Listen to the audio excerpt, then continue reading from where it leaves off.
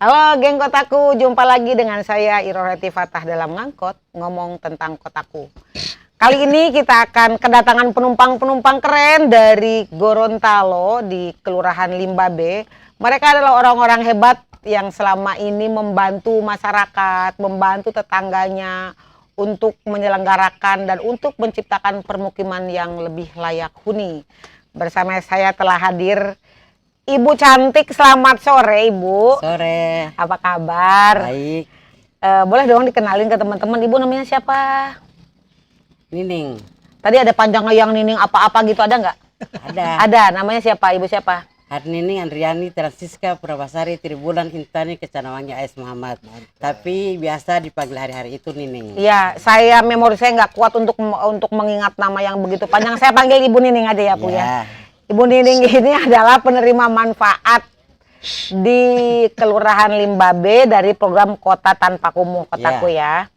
Berikutnya ada Bapak dari KPP. Bapak boleh ngenalin ke teman-teman ke geng kotaku, Pak? Ya, terima kasih. Assalamualaikum warahmatullahi wabarakatuh. Nama saya Bapak Hamzah Mahmud. Hamzah Mahmud. Kebetulan sebagai Ketua KPP. Iya, Ketua KPP. KPP itu apa, Pak? Kelompok penerima manfaat. Dan P-nya satu lagi? Kelompok penerima manfaat dan pemelihara. Jadi KPP kelompok pemelihara pemanfaat. Oke, jadi KPP itu kelompok pemelihara dan pemanfaat. Nah, bersama kita juga telah hadir anggota BKM gitu ya, Badan Kesuadayaan Masyarakat. Halo Pak, selamat sore. Selamat sore Bu. Kenalin Pak, namanya siapa? Oke, terima kasih. Assalamualaikum warahmatullahi wabarakatuh. Dadah. Ya, dadah dulu. Dimana saja Anda berada, saya Lukson Tino, kebetulan ketua atau koordinator BKM Kelurahan Limbabe, Kecamatan Kota Selatan, Kota Gorontalo. Ya, terima kasih. Assalamualaikum warahmatullahi wabarakatuh. Waalaikumsalam. Dadah ke saya juga boleh Pak.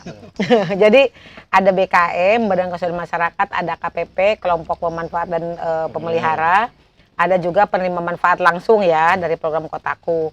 Ini kita kan ngangkot ya, kalau di angkot itu biasanya saya tuh suka ngobrol ke kiri ke kanan, jadi santai aja santai. Sebagaimana di angkot ceritanya juga nggak usah yang berat-berat ya, capek kalau ngomong yang berat-berat mah. Jadi saya mungkin dari Bapak dulu, Pak Lukson, dari BKM. Bapak jadi anggota BKM itu apa yang membuat Bapak terdorong jadi anggota BKM atau sekarang jadi koordinator ya posisinya ya? Apa Pak yang memotivasi Bapak untuk jadi BKM, Pak? BKM. Oke, terima kasih banyak Bu. Saya mengapa jadi anggota BKM ini terdorong oleh karena tadi pertama adalah ingin berpartisipasi kepada masyarakat karena saya ini terus terang saja sedianya saya ini pegawai negeri, kemudian sudah pensiun. Nah, oleh karena saya ingin mengabdikan sisa-sisa waktu saya atau umur saya abdikan kepada masyarakat dan kebetulan masyarakat mau memilih saya dan juga ada penentuan pemberi kebijakan dan juga pengambil keputusan adalah lurah, sehingga saya siap di menerima jabatan yang dipilih ditetapkan oleh masyarakat, sehingga saya menerima menjadi koordinator BKM, menerima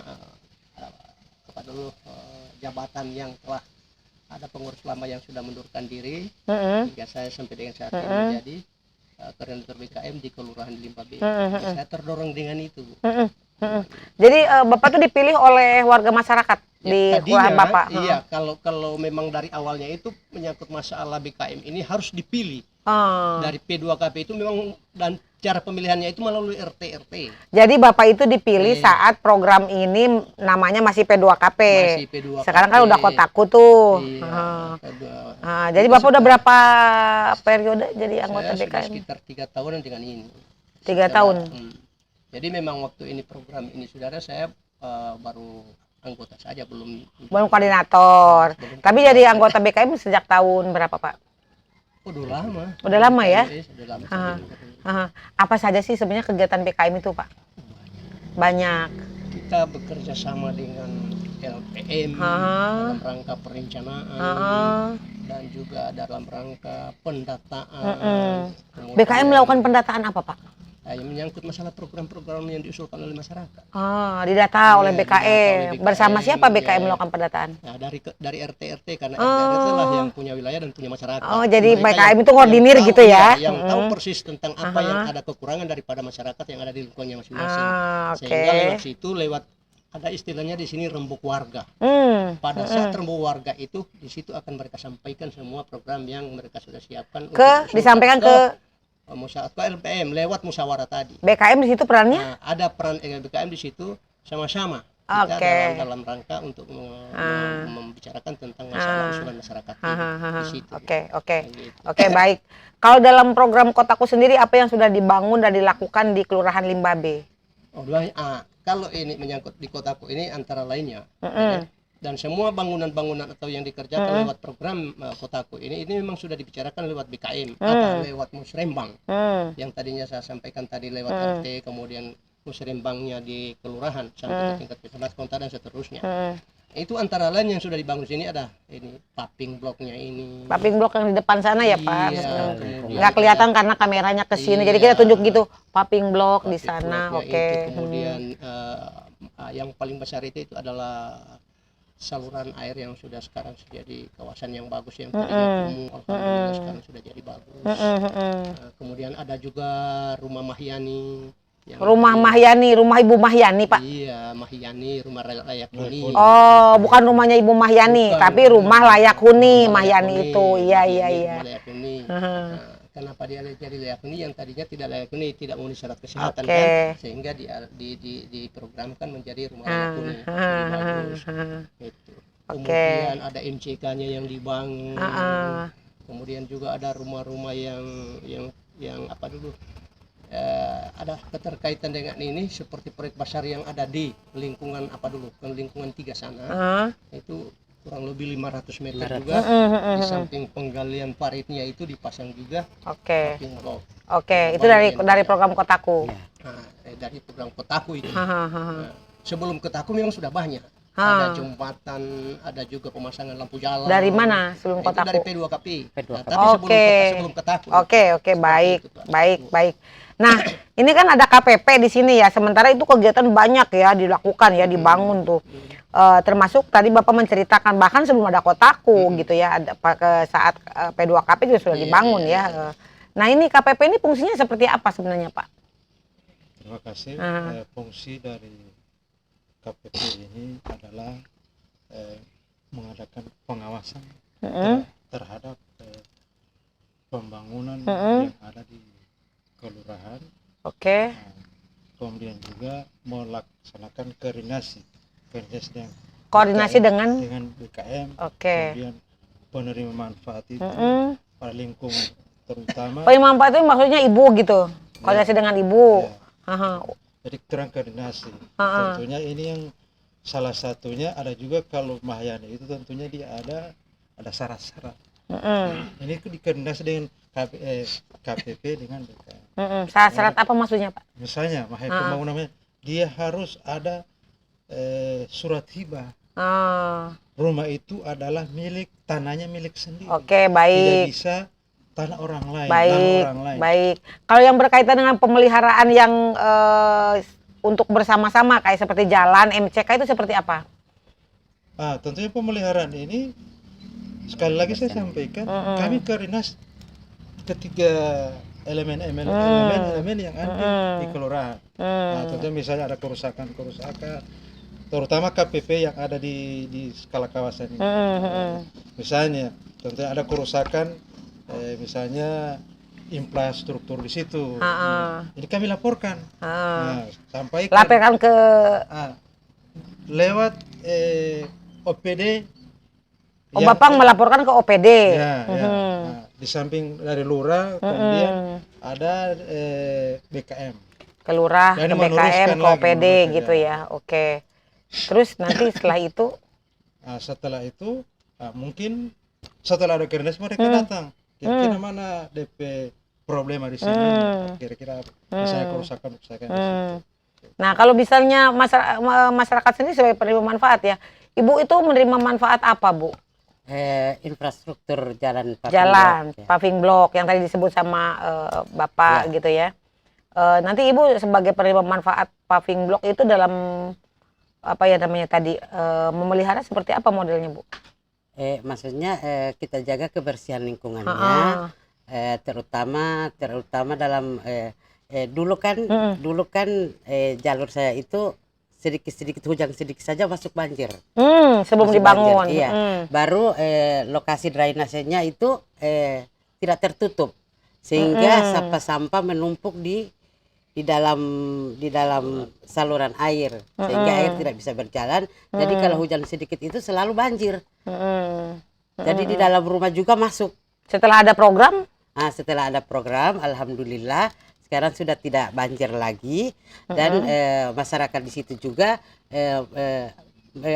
memanfaatkan fasilitas yang sudah diberikan oleh pemerintah dengan memelihara dan memanfaatkan misalnya dia bangun buat tanaman-tanaman yang serasi supaya lingkungan itu terlihat asri, hijau, macam kalau di itu menimbulkan hatinya PKK itu bagaimana maksudnya supaya masyarakat di situ bagaimana kita menanamkan kesadaran diri supaya kita dapat berperilaku hidup bersih dan sehat. Oke, menanamkan kesadaran supaya berperilaku bersih dan sehat. Itu kesadaran yang dilakukan itu dari Ibu kepada masyarakat yang lain bersama KPP dan BKM atau gimana? Iya, tetap dia karena KPP kan tiap bulan itu dikontrol. Dikontrol itu pemanfaatan pekarangan. KPP mengontrol masyarakat atau KPP dikontrol? KPP mengontrol. Mengontrol. Jangan marah. Apakah infrastruktur yang diberikan oleh pemerintah ini apakah memang dipergunakan dengan sebaik-baiknya oleh masyarakat gitu. di lingkungan itu.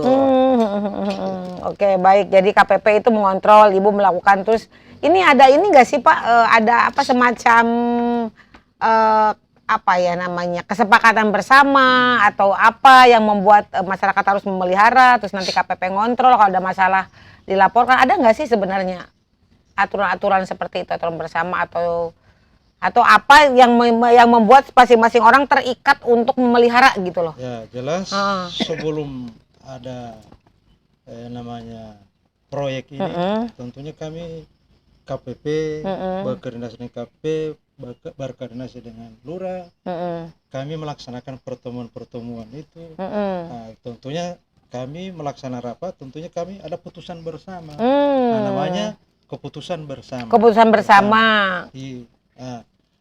Ini yang disepakati pada saat rapat, dan ini sudah sering-sering kami lakukan. Dan putusannya lewat ada buku yang ada pada kami.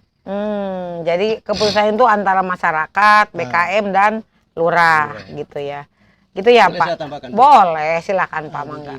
Ini menyangkut masalah apa kaitan dengan pertanyaan tadi. Sebelum program ini diturunkan, tentunya menjaga jangan sampai program mau dilaksanakan ada masalah dari masyarakat. Sehingga kami dari lurah, BKM, LPM itu dan lembaga lainnya ini turun mendekatkan diri dengan masyarakat. Nah, ada yang menolak, Bu. Kadang-kadang ada yang menolak. Misalnya program pembuatan jalan atau pemasangan paving block di sini. Ada anggota masyarakat yang ada di sini menolak, tidak menerima. Sehingga dengan sendirinya kalau sama sekali dia tidak bisa diambil dengan musyawarah dan lain sebagainya, nah, kami pindahkan itu program. Nah, tapi selama ini yang kami lakukan ada seperti itu yang kami temukan. Di samping kami buatkan rapat untuk musyawarah bersama, mereka tidak bisa, kami mendekatkan diri. Kami laksanakan cara untuk mendekatkan diri, datang di rumah langsung. Maksudnya mereka ada yang menolak? Ada yang menolak. Misalnya ada permohonan apa Pak kalau menolak itu? Dia menolak itu dulu jalan itu dia jangan sampai tanahnya kepake gitu. Kepake untuk jalan itu, sehingga dia menolak. Cuma karena pendekatan kami bukan hanya lewat rapat atau musyawarah, kami bukan cuma itu yang kami lakukan, tapi kami turun langsung ke masyarakat ya, ke penduduk yang bersangkutan. Iya. Sehingga di situ dia sadar dan menerima. Alhamdulillah bisa dilaksanakan dengan baik. Terima kasih. Ibu menolak dulu dibangun jalan? Enggak, tetangga gitu yang nolak. Kalau menolak tidur di air terus. Karena Banjir. Hujan sedikit saja masuk. dulu itu tahun berapa Ibu kena banjir sebelum ada program? Oh, tahun 2007 itu yang banjir besar. 2007 banjir. Terus dibangun, akhirnya dibangun tuh drainase sama jalan paving. Kalau dulu itu kan sudah berapa kali kan pembuatan jalan di situ. Tapi nanti ini dengan skala kawasan tingginya itu dikasih tinggi sekali. Oh, dinaikin 70 cm. gitu. Oke. Biasanya orang buat jalan cuma naik 20, jadi nggak ada gunanya kan. Tapi kalau ini skala kawasan kasling paving bloknya itu dinaikin 70 cm. Jadi kan tinggi. Jadi nggak tidur di air dong sekarang? Enggak ya. Udah tidur di rumah maksudnya. Sudah nyaman. Sudah nyaman, ya. Sudah terhindar dari terutama penyakit DBD. Oh, kan ya? ada jentik-jentik kan kalau air tergenang itu nanti ada nyamuk-nyamuk. Iya, Ibu jumantik banget loh. Ya. Kalau dulu masih ada yang kena penyakit DBD gitu ya? Ya. Waktu zaman sering banjir ada yang kena penyakit DBD dari genangan-genangan itu ya? Ya, genangan-genangan air. Sekarang udah nggak ada, artinya udah tidur udah nyaman gitu ya. Terus tetangga Ibu Kadang-kadang kalau tengah malam hujan tidak bisa tidur. deg-degan. Iya, gara-gara air semua masuk. Sampai ke dalam rumah, Bu? Sampai dalam rumah kadang sudah basah kasur. Hah? Nggak sadar sudah basah kasur. Oh, sering banjir kayak gitu. Sering dulu. Dulu Tapi ya. alhamdulillah dengan adanya program skala kawasan kita sudah hidup nyaman, sehat dan asri. Oh, aplaus dulu dong. Dengan skala kawasan Kotaku nyaman, sehat dan asri. Asri itu ini ya bentuknya seperti Indah. apa? Indah. Iya, maksudnya dibikinan itu kan masyarakat itu maksudnya sudah senang untuk menanam apa saja macam toga apa itu mereka sudah senang macam apotik hidup mereka sudah senang. Kalau dulu kalau ditanam masuk air mati lagi. Mati. Oke. Jadi sekarang sudah senang. Jadi kalau kita mau masak apa ambil pondang saja petik. Oh ya. Masak, nggak perlu lagi Beli gitu ya. Macam istilah Gorontalo itu barito. Barito. Apa itu tuh? Bawang rica tomat. Oh, oke. Barito, bawang rica tomat. Dibikin ini pakai apa namanya untuk dabu-dabu toh barito. Iya.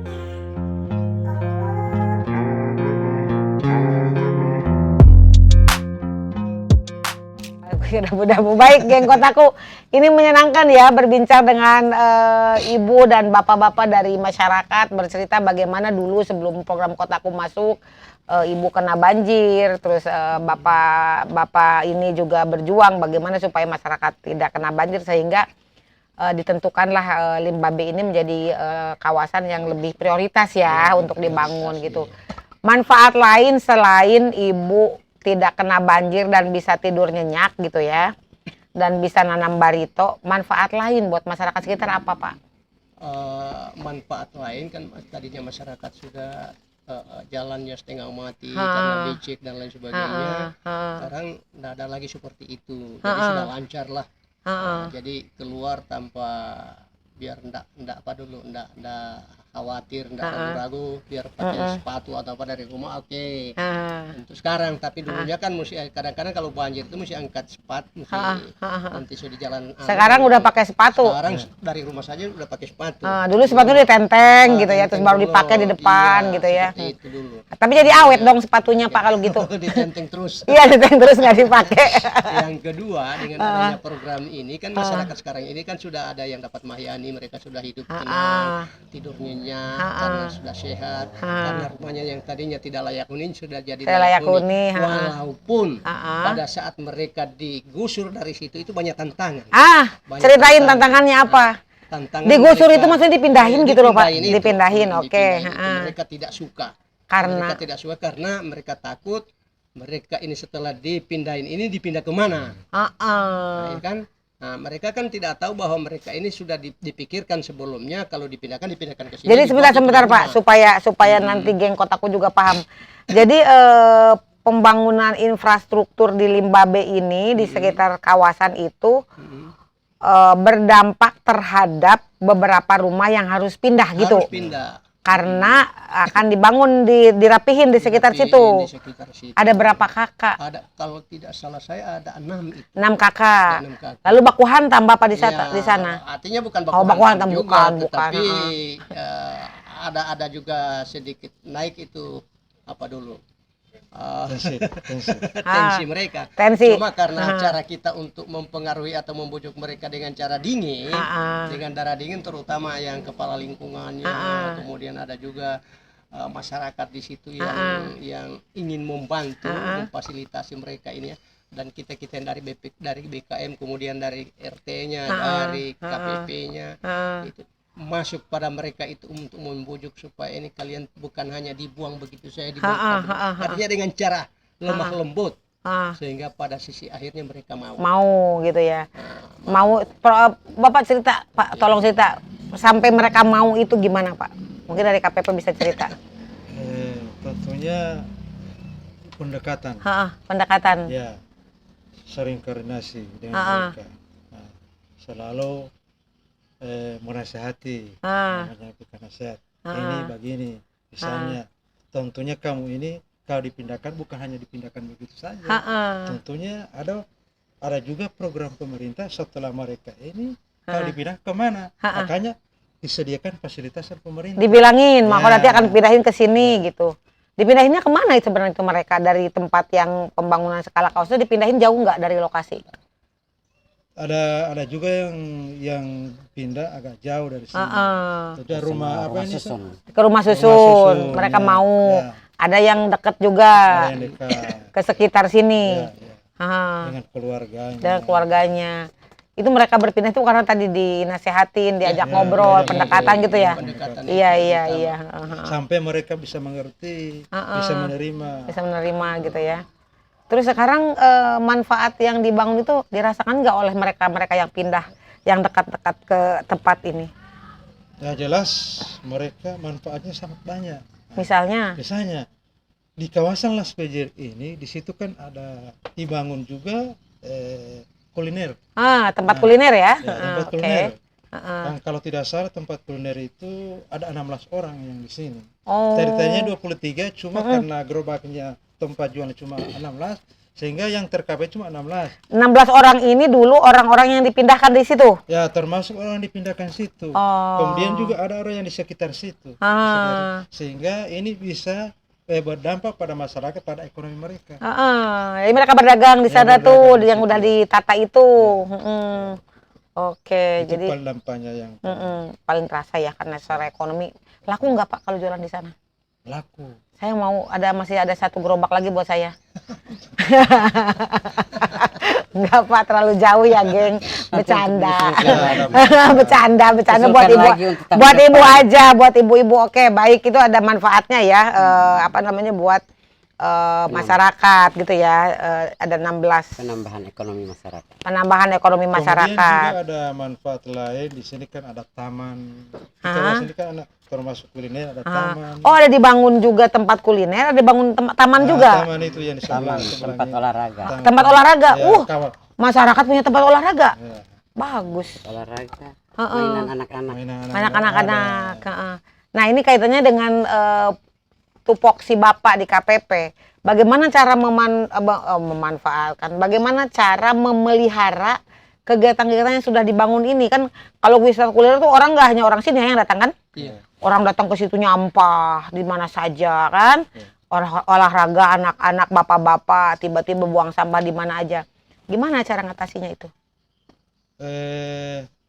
Tentunya karena sekarang ini kan banyak media sosial. Nah, terutama ini di YouTube kan kita bisa sebarkan ini bahwa di Kelurahan 5B di kawasan Las Pejer di sini ada tempat-tempat kuliner.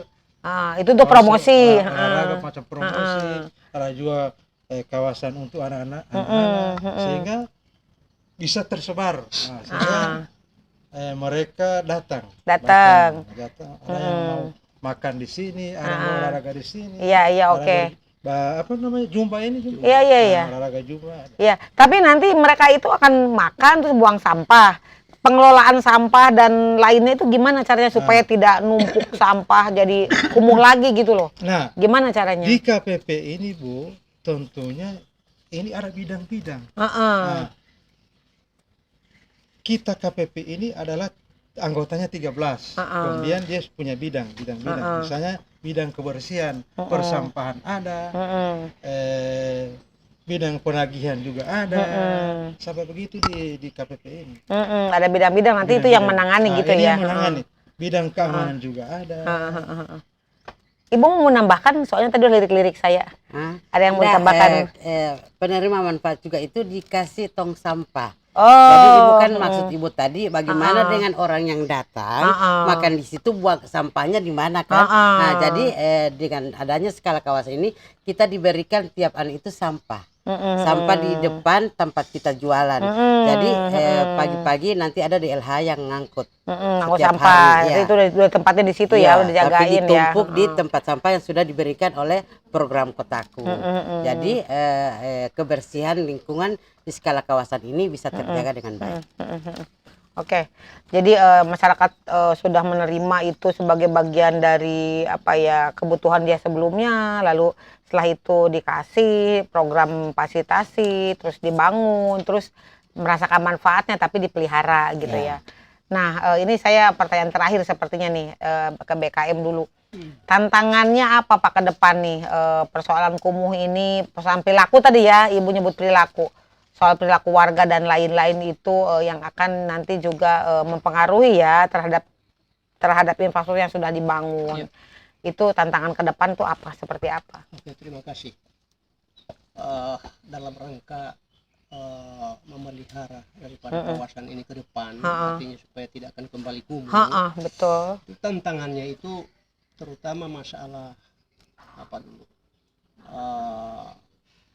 Daya pikir daripada masyarakat yang ada di sekitar ini yang memang ini tantangan berat bagi kami. Karena ada yang paham dan ada yang kurang paham di masyarakat.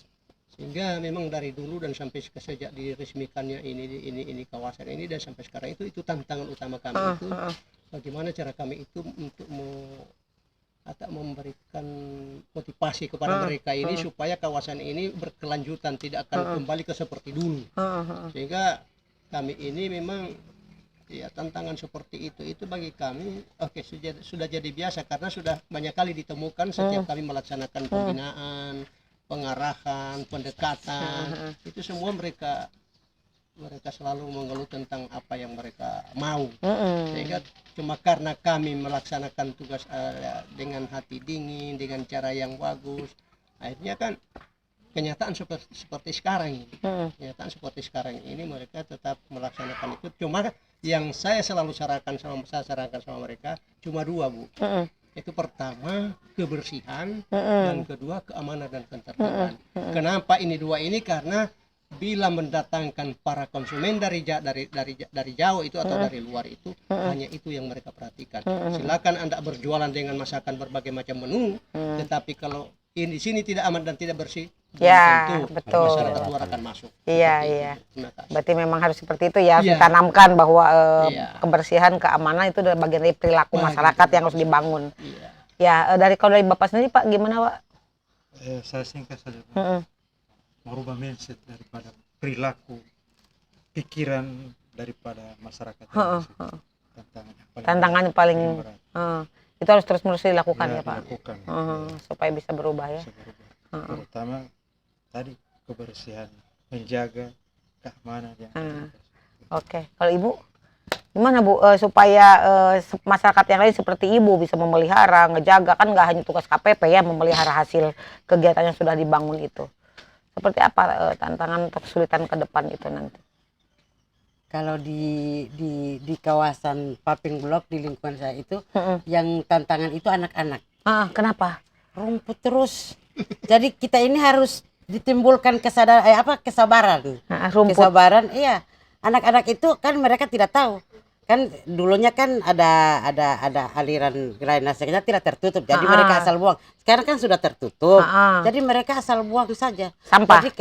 Jadi pagi-pagi itu bangun subuh, nyapu jalan, nyapu rumah. Sampahnya itu dikasih ke kita kadang dikasih ke rumah kita. Jadi cuman bagaimana kita sebagai lingkungan di situ itu menghadapi anak-anak kita yang sudah mengerti. Jadi cuma tanamkan saja kesabaran saja terhadap kita. Baru di lingkungan situ juga kita memberikan pengarahan. Maksudnya di lingkungan situ kan ada dasawisma, ada Disma. Kebetulan di lingkungan kita itu juara 1 Kesling, kesehatan lingkungan. Dasawisma. Dasawisma kalau menurut itu lomba Dasawisma itu di situ di jalur sama saya itu ada lorong garden. Lorong gardennya di situ ada toganya, ada macam saya bilang tadi apotek hidup. Jadi mereka itu memang seni-seni menanam itu ada. Maksudnya supaya lingkungan itu asri dan bersih. Baik. Itu ya tantangannya. Jadi merubah perilaku gitu ya, terus membuat yang datang nyaman gitu dan aman, itu juga tantangan ke depannya. Baik Pak, closing statement ini penutup apa yang mau Bapak sampaikan kepada geng Kotaku tuh, hal-hal apa yang berkaitan dengan Bapak selama ini kan relawan ya, sudah sejak tahun dulu kala sampai sekarang menjadi relawan di BKM. Apa yang mau disampaikan Pak? Saya ada pesan untuk teman-teman BKM yang ada di kawasan kumuh di seluruh Indonesia. Anda telah menjadi anggota BKM atau menjadi pengurus BKM, bersabarlah dan artinya tawakal.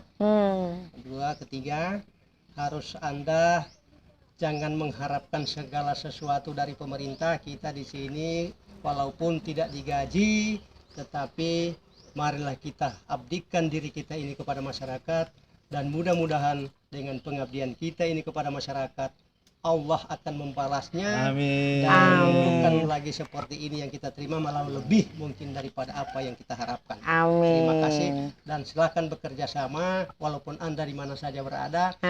Selamat bertugas, merdeka. Yeay, merdeka. Sampai merinding saya, pesannya ini luar biasa ya, pesan moral buat geng Kotaku.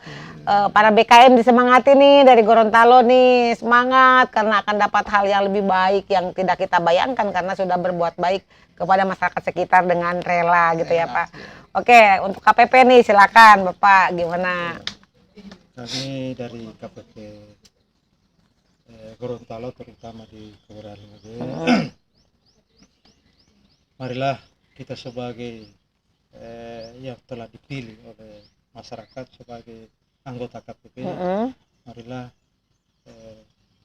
apa yang dibangun oleh pemerintah, marilah kita pelihara, kita jaga, karena pemerintah sudah banyak kali menyampaikan bahwa ini harus dipelihara, karena sudah dianggarkan, sudah ada yang sampai triliun, sehingga marilah kita sama-sama terjaga. Terima kasih. Iya. Jadi harus dipelihara ya, karena pemerintah belum menganggarkan sampai triliunan secara keseluruhan di Indonesia gitu ya. Ibu sebagai penerima manfaat Bu Ning, saya penerima manfaat tadi udah banyak cerita bagaimana melihara, bersabar juga. Sampaikan kepada ibu-ibu yang lain sebagai penerima manfaat di seluruh Indonesia, bahkan mungkin seluruh dunia kali ya, geng. Hai masyarakat Indonesia, terutama Gorontalo dan terutama Kelurahan Lingage. Mari kita manfaatkan fasilitas yang sudah diberikan oleh pemerintah untuk menjaga kebersihan lingkungan dan kesadaran diri kita bagaimana kita berperilaku hidup dan sehat. Keren, terima kasih. Baik, kayaknya angkot kita harus dapat penumpang yang baru. Ini sudah terlalu lama nih ngangkotnya. Menyenangkan ya berbicara dengan bapak-bapak dan ibu yang selama ini kesehariannya bergelut dengan masyarakat lain untuk membantu masyarakat lain. Semoga ini memotivasi kita semua bahwa berbuat baik itu nanti akan dapat balasan baik. Begitu kita belajar dari berbicara dengan BKM, KPP dan penerima manfaat. Seperti biasa, teman-teman geng Kotaku, bapak dan ibu, tolong di subscribe, like, dan komen di YouTube Ngangkot. Bapak dan Ibu, teman-teman semua, 3 orang penanya punya ide, punya gagasan, akan mendapatkan kaos ngangkot, akan mendapatkan tumbler juga. Tapi harus yang kreatif ya biar dapat. Dan terakhir nih buat Bapak dan Ibu nih, kita akan memberikan kenang-kenangan sebagai ciri bahwa Bapak dan Ibu sudah ngangkot bersama saya. Boleh dipegang di tengah aja. Ini cirinya bahwa sudah ngangkut bersama kami. Ini adalah buat teman-teman di BKM. Dan selain itu kami berikan kaos juga buat Bapak dan Ibu. Silakan. Ya, boleh disimpan di situ. Ini Ibu diginiin, Bu, kaosnya. Ngangkut. Ngangkut keren. Silakan Bapak disimpan di bawah itunya. Bapak ini kaosnya boleh kayak saya diginiin sejak saat ini. Silakan Bapak. Iya. Pak Lausan enggak, silakan. Pakai bide ini. Kalau Iya. orang bilang pakai bide. Pakai bide itu apa? Kegedean. Enggak, cuma di alas begitu. Oh iya, pakai bide kalau kata Gorontalo. Geng Kotaku, kalau geng Kotaku mau belajar tentang bagaimana kerelawanan, bagaimana memelihara hasil kegiatan, bisa belajar di Kelurahan Limbabe di Kota Gorontalo. Dan sekaligus bisa kuliner ya, karena ada kuliner yang disiapkan. Dan dulu tempat itu adalah tempat kumuh, saat ini sudah menjadi bersih, nyaman, bahkan masyarakat bisa berjualan dan kita semua bisa nongkrong di sana. Nanti angkot saya akan berhenti di sana, terus kita makan-makan di sana. Terima kasih buat semuanya, salam sehat dan sampai jumpa di angkot berikutnya. Sarangeo. Sarangeo. Yes.